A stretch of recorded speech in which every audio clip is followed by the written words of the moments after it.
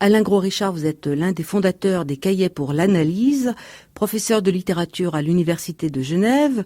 Donnez-nous, si vous le voulez bien, quelques clés pour suivre cette intervention de Jacques Lacan. La réponse de Lacan suppose connu le texte de Freud, célèbre, qui se trouve dans les conférences d'introduction à la psychanalyse, 1917, où Freud se situe dans une séquence Copernic, Darwin, moi, découvreur de l'inconscient. Donc, il pose la découverte de l'inconscient comme une troisième révolution copernicienne qu'il définit comme la troisième blessure narcissique infligée par la science à l'humanité. L'habitation de l'homme au centre de la Terre se trouve profondément, totalement remise en cause. On trouve déjà dans le texte intitulé « La chose freudienne » qui se trouve dans les écrits, un texte de 1956, Lacan parle de la découverte de Freud en disant que, par elle, le centre véritable de l'être humain n'est désormais plus au même endroit que lui assignait toute une tradition humaniste. Dans ce texte-là, il parle encore de décentrement. Le centre véritable de l'être humain n'est plus au même endroit, ce qui veut dire qu'il y aurait un autre endroit pour le centre.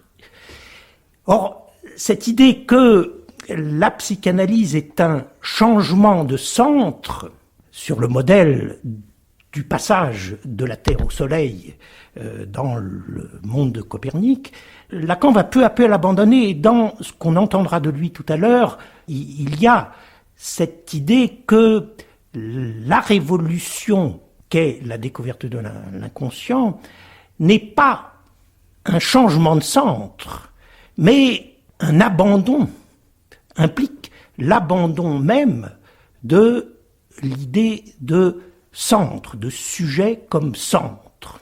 Alors, il y a un autre texte un petit peu plus tardif, en 1957, où il parle de l'univers de Freud comme on dit l'univers de Copernic, et il ajoute « C'est bien en effet à la révolution dite copernicienne que Freud lui-même comparait sa découverte, soulignant qu'il y allait une fois de plus de la place que l'homme s'assigne au centre de l'univers. » Mais il joue sur le « je pense donc je suis » de Descartes en énonçant « je pense où je ne suis pas, là où je ne suis pas, donc je suis là où je ne pense pas ». On voit donc bien là une sorte de division du sujet, entre sujet de l'énoncé et sujet de l'énonciation, qui est comme la redistribution en deux centres.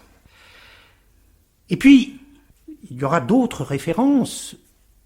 La plus importante avant peut-être le texte, ce que nous dira Lacan tout à l'heure, qu'on peut relever, c'est ce qu'on trouve dans Subversion du sujet et dialectique du désir, en 1960, où là, affirmant qu'il va serrer de plus près ce que Freud lui-même articule comme constituant le pas copernicien, il dit que ce qui est important dans ce qu'on appelle la révolution copernicienne, la véritable révolution, c'est celle que va apporter Kepler, c'est d'avoir modifié la trajectoire des corps célestes, d'avoir substitué l'ellipse au cercle.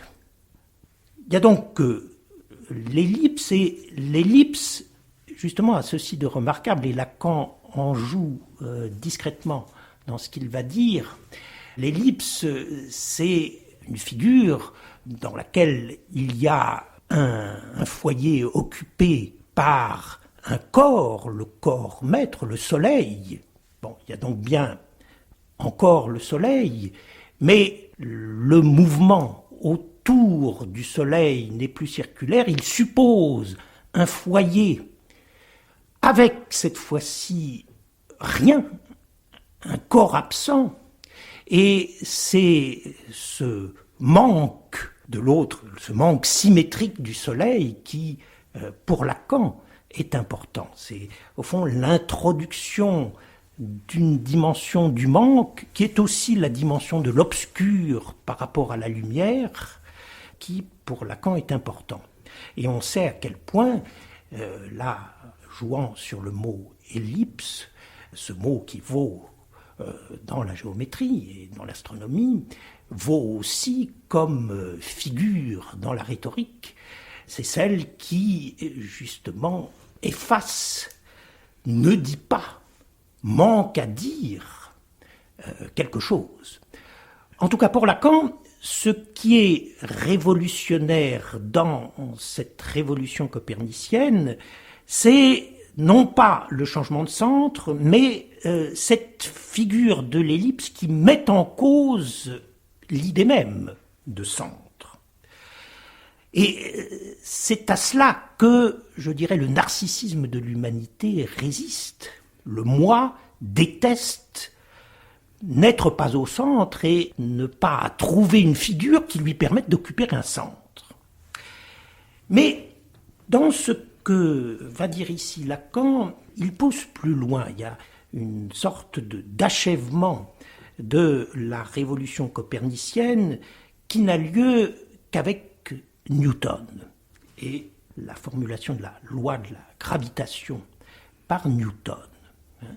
C'est-à-dire, l'important, c'est que, non pas simplement ça tourne, mais ça tombe. Lacan dit c'est dans le ça tombe que la révolution copernicienne va prendre tout son poids de subversion. Pour aboutir à quoi ? À ceci, rien de plus que une écriture, l'écriture même de la formule de la loi de la gravitation, c'est-à-dire G, M sur D2. 5 petites lettres écrites, voilà où Lacan loge ce cas de subversif, cette révolution copernicienne avec Newton. Ces 5 petites lettres, c'est ce qui nous arrache à la fonction imaginaire. C'est là que, me semble-t-il, Lacan suit la métaphore de Freud, mais l'approprie, enfin, en fait quelque chose de nouveau. Pour lui, la révolution copernicienne, disons, c'est avec Newton ce moment où le symbolique dissout l'imaginaire. Et le réel, là, apparaît comme inscrit, résumé dans ce qui, de cet univers, peut s'écrire, s'écrit. Alors, ça me paraît important parce que ça permet de situer Lacan par rapport à Freud. C'est le Newton du Copernic et Freud. Oui, le Lacan Newton d'un Freud qui serait Copernic, c'est le Lacan, justement, de cette époque, qui écrit au tableau noir des mathèmes, des petites lettres, qu'il combine, avec lesquelles il calcule des positions subjectives, des types de liens sociaux. Jacques Lacan, vous dites que la découverte de l'inconscient aboutit à une seconde révolution copernicienne. En quoi l'inconscient est-il une notion clé qui subvertit toute théorie de la connaissance ? Ouais. Votre question va chatouiller les espoirs, teintés de fais-moi peur, qu'inspire le sens dévolu à notre époque au mot révolution. On pourrait noter son passage à une fonction surmoïque dans la politique, à un rôle d'idéal dans le palmarès de la pensée. Je note que ce n'est pas moi qui joue ici de ces résonances, dont seule, je le dis, la coupure structurelle peut combattre l'effet d'amortissement. Pourquoi ne pas partir de l'ironie qu'il y a à mettre de la révolution au compte des révolutions célestes, qui n'en donnent pas la note, que je sache.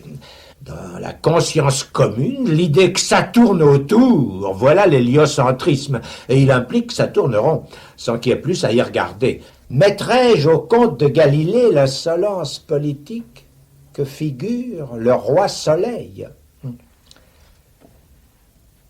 Les anciens, par contre, ont prouvé l'usage en quelque sorte dialectique à quoi prêtent les apparences qui résultent de la bascule de la Terre sur l'écliptique.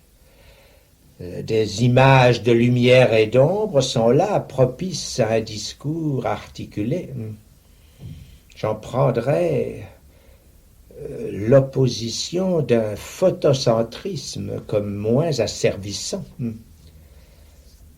La métaphore que Freud prend de Copernic est à la connoter plutôt d'un effet de chute que de subversion, vise à atteindre le centrisme en lui-même, exactement la prétention reçue d'une psychologie qu'on peut d'autant mieux dire inentamée à son époque qu'elle l'est toujours, la prétention de la conscience à pouvoir recenser ce dont elle dispose au registre de la représentation.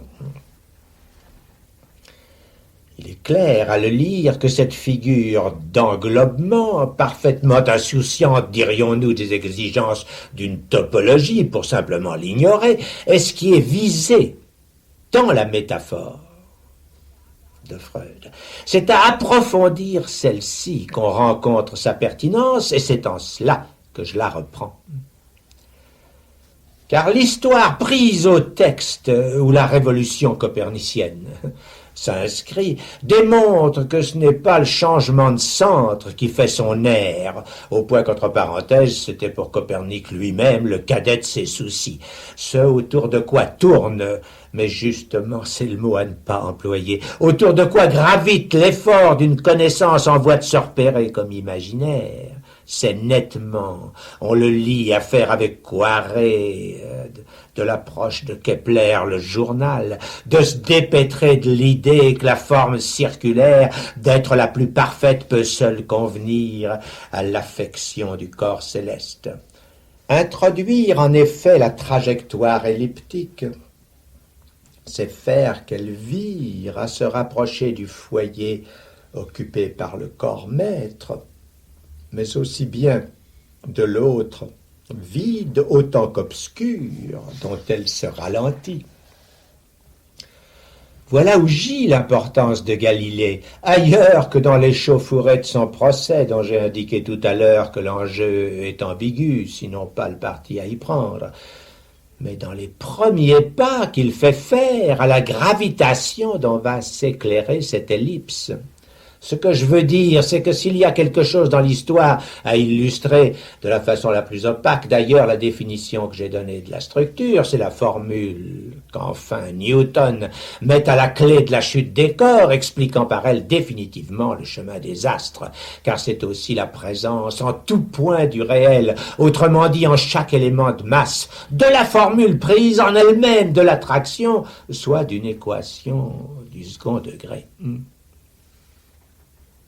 Nous avons étouffé en nous la surprise, voire le scandale qu'attestent les contemporains de ce que chaque point du monde soit averti à chaque instant des masses en jeu pour l'attirer, aussi loin que s'étend le monde.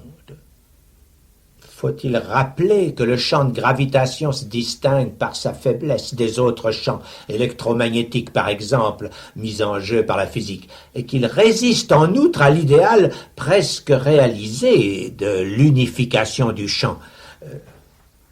Quoi qu'il en soit, du retour d'esthétique transcendantale, j'entends ces termes comme kantiens que constitue la rectification einsteinienne dans son étoffe, courbure de l'espace, et dans sa justification, nécessité d'un temps de transmission que la vitesse limitée de la lumière ne permet pas d'annuler. Il reste que la révolution newtonienne s'est affirmée d'être impensable. C'est ce qu'admet Newton lui-même de l'hypothèse est non fingo, et qu'elle confirme ma formule que l'impossible c'est le réel.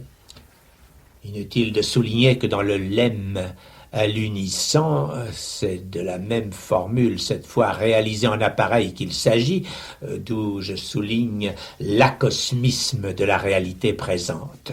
Tout cela nullement pour dire que Newton soit un maître au chef du structuralisme, ni même au compte de la structure, mais d'abord que notre science se trouve dans le champ des exacts, déjà articulé de ce dont le problème se pose, dans le champ des conjecturales, pour souligner ensuite la forme qu'on peut dire inéducable qui, dans la théorie de la connaissance, se spécifie de la psychologie. Ainsi sera le moi autonome ramené bien en tête par la clique de New York en dépit de la révolution freudienne. Éclairons notre lanterne, le noumen, c'est la connaissance que le monde a de soi-même. Il n'est pas étonnant que les formes de cette connaissance se définissent comme a priori, puisqu'il est ce monde de ce fait total. C'est en quoi mon analyse de Freud réitère Copernic d'un autre biais que de métaphore. Freud, dans l'inconscient, découvre l'incidence d'un savoir tel qu'à échapper à la conscience, d'être hors prise de son recensement.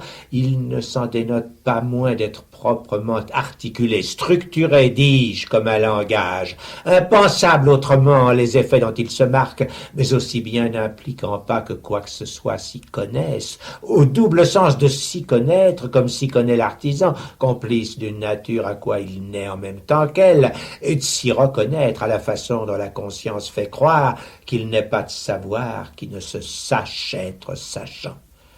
Tel est ce savoir dit inconscient, dont se semble, sans qu'aussitôt je le sanctionne, qu'une fois de plus c'est l'impossible qui le rejette dans le réel. S'il existe, il suffit à disqualifier l'illusion d'une connaissance simple, non sans qu'elle subsiste, mais comme mirage contredit. Connaissance est fonction de nature qui, ici, ne se sait que d'une dénaturation produite en rapport avec ce savoir par une suite de rétorsions. Les premières, affectant celui-ci d'y produire des refoulements de signifiants, la figure négative éminemment, s'ajoutant la condition de représentabilité à quoi, tout matériel qu'il soit, le fait signifiant répugne. Cependant, quand revient expressément articulé, c'est ce qui fait sa valeur, le démenti qu'apporte l'inconscient de ce qui pourrait de ses effets s'interpréter d'un sens, par quoi l'inconscient ne jubile que du non-sens, du nonsense exactement. Plus loin, il ne prend part à la nature qu'à éviter sa rencontre. Je ne rappelle que pour mémoire et pour les ignorants ces bateaux lacaniens qui me doivent d'être sous la rubrique des formations de l'inconscient. Il faut que je les complète, c'est à ce que soit rejeté ce jeu de l'insistance du savoir inconscient à partir d'un sujet concevable d'en prononcer ce que Freud appelle le verdict, que, comme je le dis, fort clos du symbolique, il reparaît dans le réel de l'hallucination.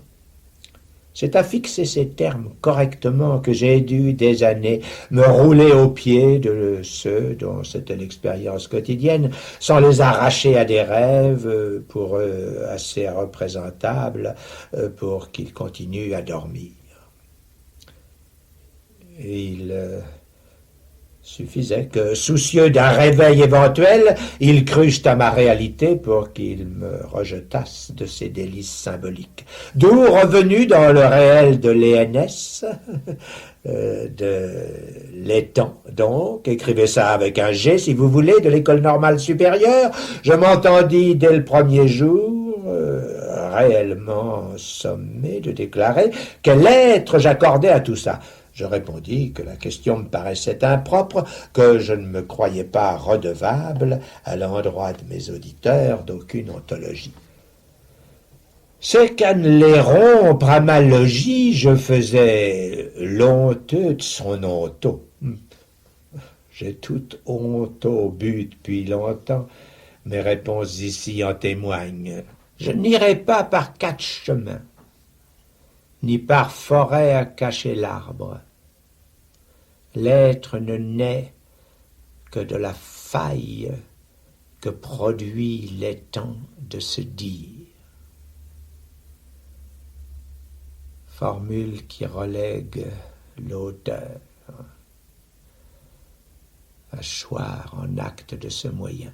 S'il faut alors à cet étang le temps de se dire, ce faux du temps est proprement ce par quoi l'être nous sollicite en l'inconscient. C'est bien de l'être qui répond chaque fois qu'il faudra le temps.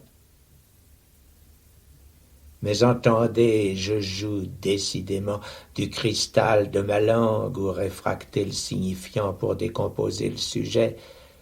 Il faudra le temps. C'est du français que je vous cause, et j'espère bien pas du chagrin. Ce qu'il faudra du faux du temps, dit la faille dont je suis parti. Et bien que l'usage dans une grammaire faite pour prévenir les Belges de leur belgicisme n'en soit pas recommandé, il y a reconnu la grammaire autrement faudrait à ses devoirs.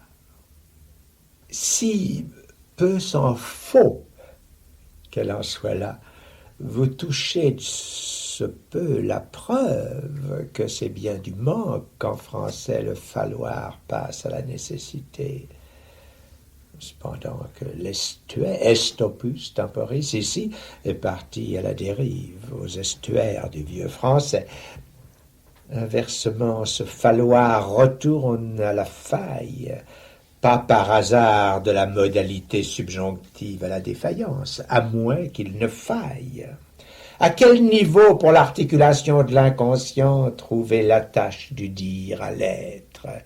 Assurément, ce que du temps lui fait étoffe n'est pas d'un cours imaginaire, mais disons qu'elle, cette étoffe, soit textile, faite de nœuds qui ne veulent dire que des trous qui s'y trouvent. Ce niveau n'a pas d'en soi, sinon ce qui en choix de masochisme. C'est précisément ce que le psychanalyste relève de le relayer de quelqu'un. Il va supporter le faux du temps aussi longtemps qu'il faudra pour qu'à se dire les temps fassent être quelque chose. On sait que j'ai voulu quelques mois introduire l'énormité de l'acte psychanalytique. Ce quelqu'un, par le psychanalyste relevé, est ce dont l'être à venir le détermine selon la façon dont quelqu'un définit la voie du vrai.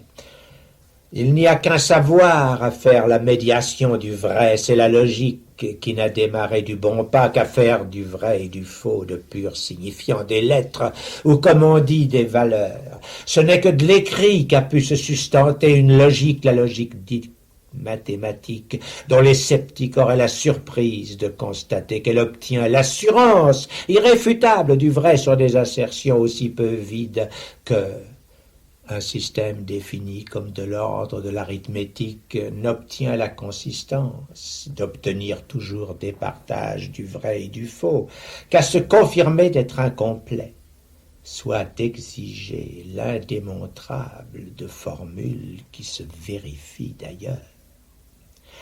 Ou encore, cet indémontrable relève d'autre part d'une démonstration qui en décide indépendamment de sa vérité.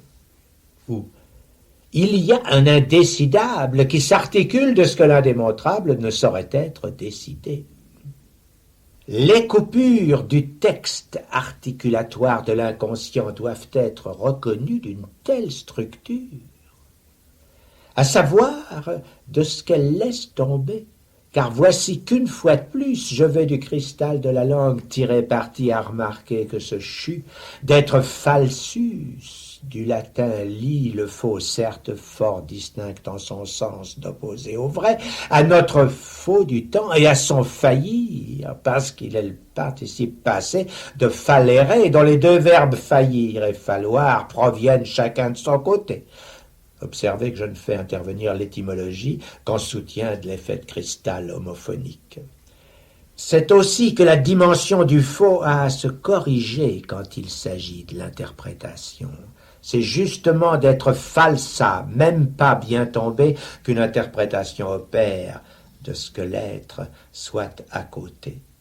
Ne pas oublier que dans la psychanalyse, le falsus et causal de l'être en procès de vérification.